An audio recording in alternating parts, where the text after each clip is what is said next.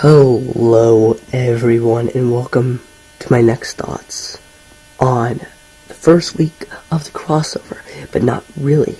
Freaking cock teases. Anyway, also, this is going to be the last time I use this background for every show.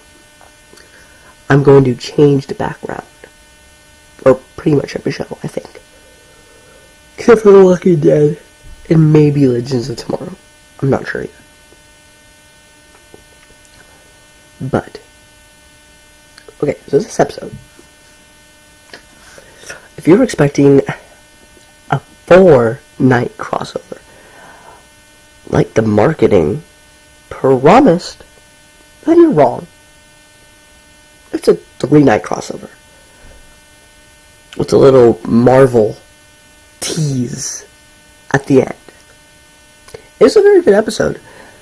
It just wasn't a crossover like it said it was going to be. Okay. So the episode starts, it's Thanksgiving, right? But then a freaking portal opens. Everybody gets their dicks hard.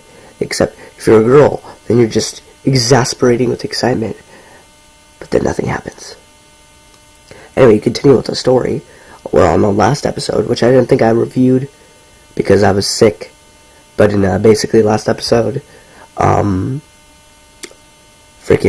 we met Cyborg Superman, which I personally found stupid.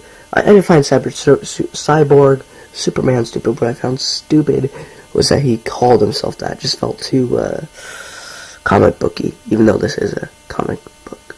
Like usually on The Flash, you know, like they'll come up with the comic book names, but usually the villains don't call themselves that because I don't know what that is. I don't even think Heatwave calls himself Heatwave, or Captain Cold calls himself Captain Cold. He just snarled.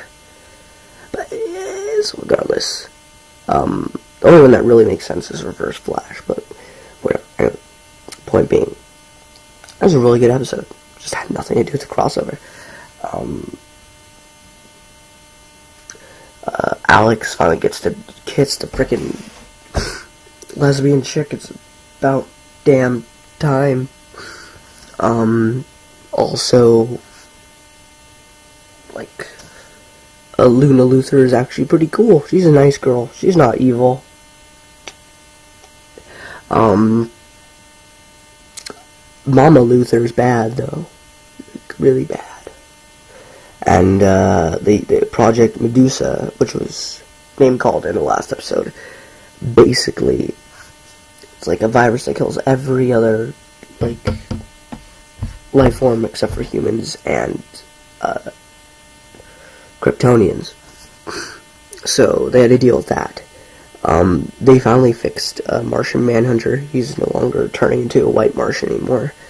A lot of things got fixed this episode, I guess.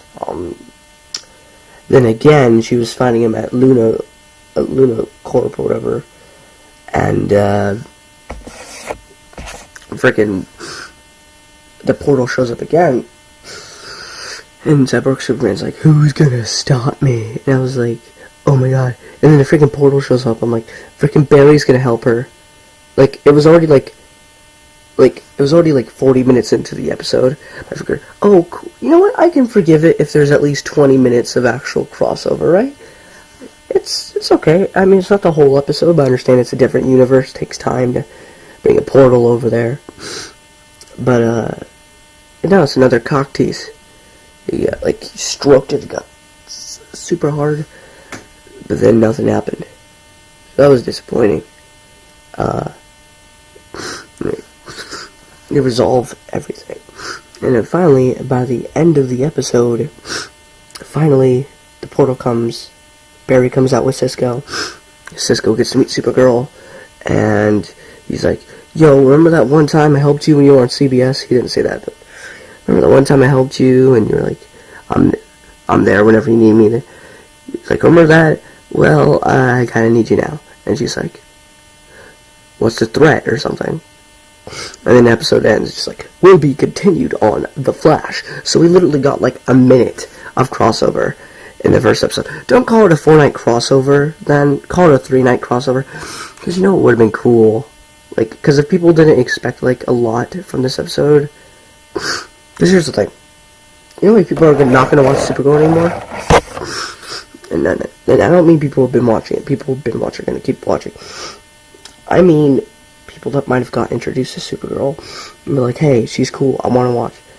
But lying to the people who don't watch the show and telling them that there's going to be a 4-night crossover, but then only having the crossover happen a minute before the episode ends, it's not a good selling point, because you're lying to your audience.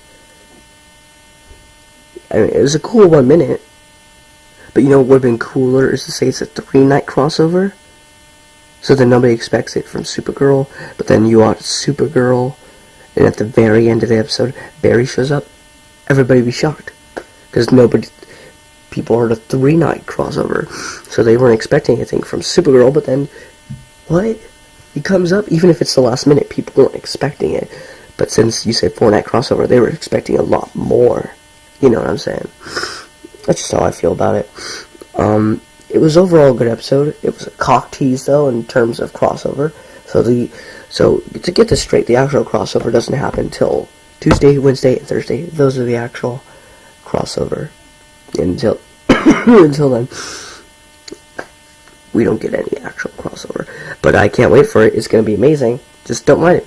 I mean, I watched the Supergirl regardless because I watched the show. I like it. It's not a good selling point if you're trying to get new people to watch.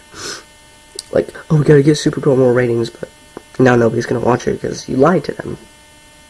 But, anyway, yeah. That's pretty much all I have to say, guys. Thank you guys so much for watching. Let me know what you thought of the episode in the comments below.